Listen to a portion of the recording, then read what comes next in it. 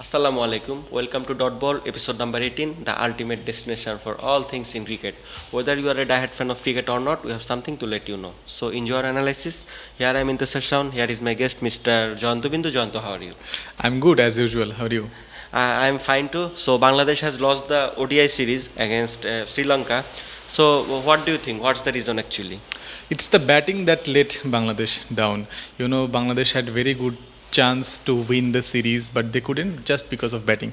You can see this in the very first match. They were like they collapsed very awfully, and in the last match, the third ODI which happened yesterday, again Bangladesh had very good chance because the wicket was high scoring, but then again the Bangladeshi batters, they couldn't execute their plans or couldn't play according to their ability. Even though there are some questions about their ability. In the high-scoring match, they couldn't even cross 200 mark. So it shows how poor the batting form or rhythm of Bangladesh team right now. I'm thinking one thing that there are like many more T20s nowadays. Is that a reason behind the ODI failure of the batsman? Because when you play more and more T20, you have attacking mindset, right? So what do you think in this purpose? See, if you see that Bangladesh's recent performances in T20s, this claim or this thought of yours, I mean, according to me, this doesn't suit with the result, in T20, we see Bangladesh's performance nowadays, or from the very first day it started till now, again it is very awful. So none of the Bangladeshi batter, none of the Bangladeshi bowler are in the top of world ranking. Bangladesh's overall team performance is very bad in T20s. They cannot do well result or success in ICC tournaments or even in any kind of tournament. Jayanto, look, everything is okay. Everything is okay, but they had never actually lost six or seven wicket in between 5 runs. Yeah. So what's the reason behind that? Especially that fall. 101 for 2 wickets and then 109 or 107 for 7 or 6 or 7 wickets. It's just because I would like to say the inability to read the spin, to read the spin of the opposition, and read the spinners like Hasaranga De Silva, Mahish Tikshana. They are very quality spinners. Their variation might surprise you, that, but if you don't prepare for that, you will fail like this. So I think Bangladeshi batters couldn't pick the spinners of the Sri Lankan team. Okay, so what do you think? Liton Das wasn't in that match in last 2 matches. Yeah. Shamim Hossain Patwari was there. He's the sixth bowling option. Can he be a permanent option for that well, position? yeah, I mean, Liton was given chance out of nowhere in the ODI team and in the ODI 11. But after scoring duck in the very first match, he was dropped. And Captain Mehdi Hasan Miraj said to the media that they dropped Liton and included Shamim in the 11 because Shamim can bowl and he can bat as well. So as a sixth bowling option. But Liton can give you that stability. Yeah, as a proper batter. Proper batter. But in the very first match, we all have seen that Bangladesh has, suffered from the lack of a sixth bowler. So Shamim got the advantage in this part, and in the very first match, he got chance. The second ODI of the series, he scored 20 plus runs, and with the ball, he was phenomenal. 2 point something economy rate, 1 wicket, and that set the tone for Bangladesh to win the match. And in the next match, I mean the third ODI, even though he couldn't score runs with the bat, he couldn't bowl well, his economy rate was I guess 7 plus. But I think he is going to get a few more chance in the future if Bangladesh plays ODI. And Bangladesh might be going with this combination and formation. Yes, Shamim is our sixth bowler and he is our sixth batting choice as well, in the sixth batting position. Yes, I guess if not permanent, Shamim is going to get a few more chances as well. Okay, so we have seen many press conferences in this series, and there was no Salahuddin. There was no actually, what should I say? There were not any official.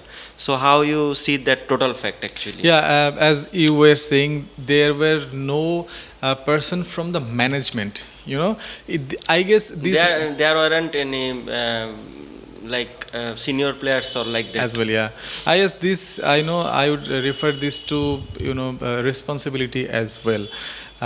When Najmul Hussain Shanto was the captain of Bangladesh just a few months back, he always came to the press conference before any important match, which we say pre-match press conference, after match press conference. He explained team's performance, strategy, failure or success. Captain should take this responsibility, or any responsible person or senior player, even coach should take this responsibility. But Bangladesh's now senior assistant coach Mohammad Salahuddin or head coach Phil Simmons, no one came to the media, came to talk to the media during this ODI series, where we have seen junior players like Tanjid Hassan Tamim, Parvez Hossain Imon, they came to the media. You don't get much vision, much reflection of the team from their talks, and we have already seen the proof of that. I would like to say the example of MS Dhoni here. Whenever Team India was doing bad, whenever Team India faced failure, MS Dhoni came to the media. MS Dhoni came to the press conference. He was the first person. He was the first person to raise his hands up. But when India did very well performance, that time during the success, he used to send junior players or the best performance to the media. So this is a practice which is related or refers to the responsibility part. Okay, so we have seen Mohammad Salahuddin to criticize national team in many occasions, and now he is the national team's senior assistant coach. Yeah. So he is totally off now. How can how can Team Bangladesh wake him up? Well, actually, there comes a dialogue. I mean, I would like to rephrase that dialogue from MS Dhoni, The Untold Story, the movie. Coach is as good as his players are. If your players are not playing good, you are nothing. So a coach won't play inside the field. The players have to play and gain success. Coach would give you plans, would correct your technicality and other things, but players have to give their best and bring success. So same thing goes for Mohammad Salahuddin. He used to criticize the team and players always. Even some occasions he said Bangladesh players lack common sense. But when he's in the team, everybody expected that if Salahuddin joins the team, Bangladesh team will get confidence and boost, and they will gain many success. But we are seeing the same as the flow goes. So Salahuddin, I don't think Salahuddin has much thing to do here. Once he said that if a players need 4 to 5 years to get success, a coach needed that much time. That is one thing, and I would love to say you some other part. There are some memes that give Sunil Narine under Russell to Salahuddin, he will give you some result. Yeah, we are watching it in social media currently. Yeah. So Many of our supporters, our spectators, not all of them, many of them, judge Coach Salahuddin based on the success of BPL. But if you see the BPL, Salahuddin had all the star players, all the T20 stars in his team in Kumilla Victorians. As you said, Sunil Narine. But Janto, sorry to interrupt you. Mohin Ali once said Salahuddin has that capability to become a coach of a national team. Once he said. So now he is in the national team. So how you see? I can recall Pakistani player Mohammad Shehzad or Ahmed Shehzad. I'm sorry, Ahmed Shehzad, Pakistani opening batter. He was once playing for Kumila Victorians. He also praised Mohammad Salahuddin, and after that, Moin Ali also praised about Mohammad Salahuddin. That was the international limelight for Salahuddin, I would say. Definitely. As a coach, Salahuddin may be a very good coach from that perspective, but here comes again, you are a good coach, but you got a team like Bangladesh who doesn't perform, whose ability is, raises questions. So Salahuddin cannot do much thing there. So yes, this is the thing. A coach is as good as his players. Again, the historical quote.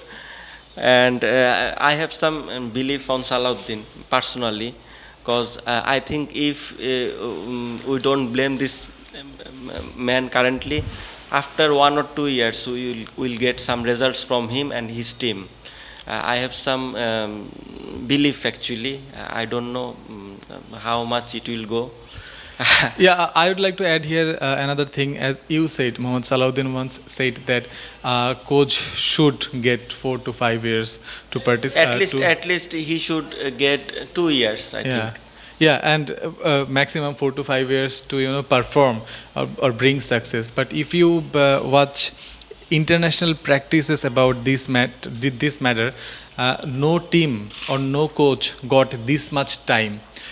Some team, or even in Bangladesh, some coaches were thrown out after 10, 12 it's failures. Like a scapegoat. It's like a scapegoat, making them scapegoat and release all the pressure from the board. Or I don't the think management. this is an standard practice to give a coach time period of 4 to 5 years. He should perform within Actually, 2 years. BCB has some issues. They like some coaches who are actually obedient to them and stick to the team. And players demand some coaches like they are friendly to them and they will fight to the management, the authority for them. So that's actually a clash.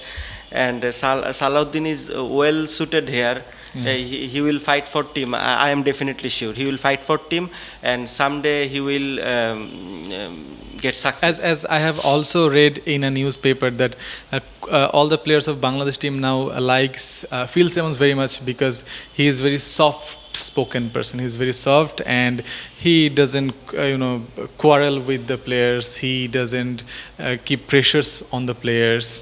He takes the part of the players against the board. This has been personally, I don't like Caribbean because they are always soft. And apart from Otis Gibson, there are no critical-minded West Indian player I have seen. So. And I have also read that technically Mohammad Salahuddin is the head coach of the team, whereas Phil Simmons is like a puppet there. He is set to leave actually. He is set to leave. We have already catch that fact.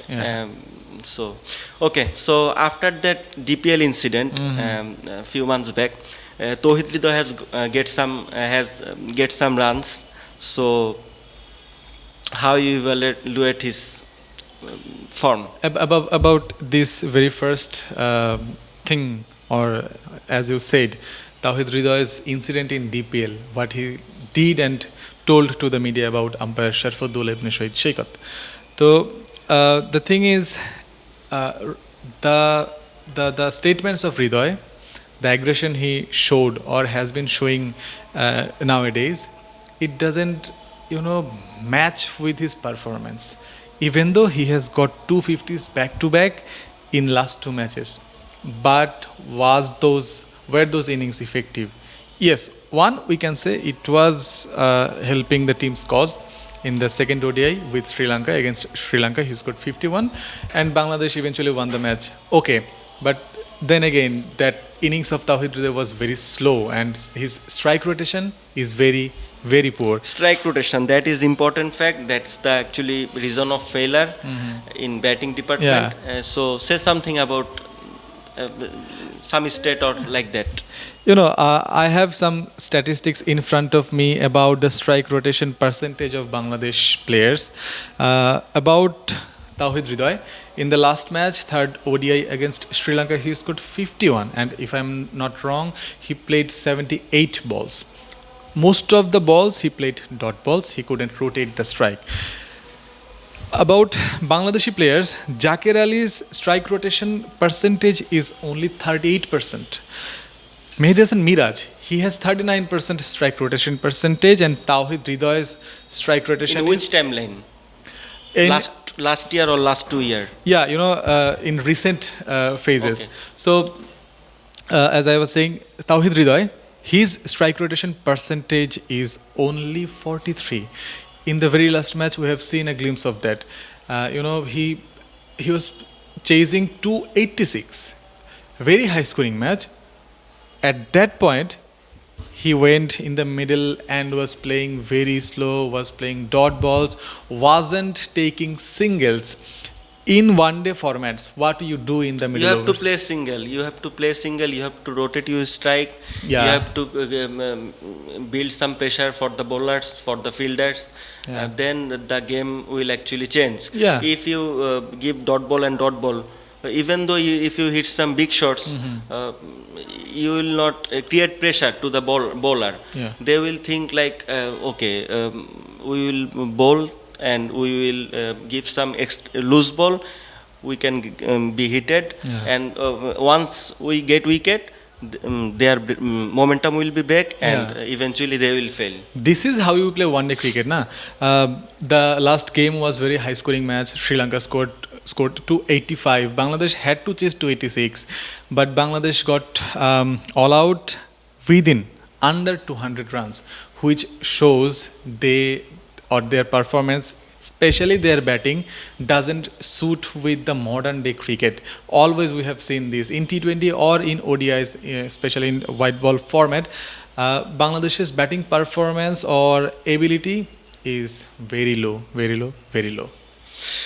Okay, viewers, thanks for tuning in. We will come in another episode. Thank you.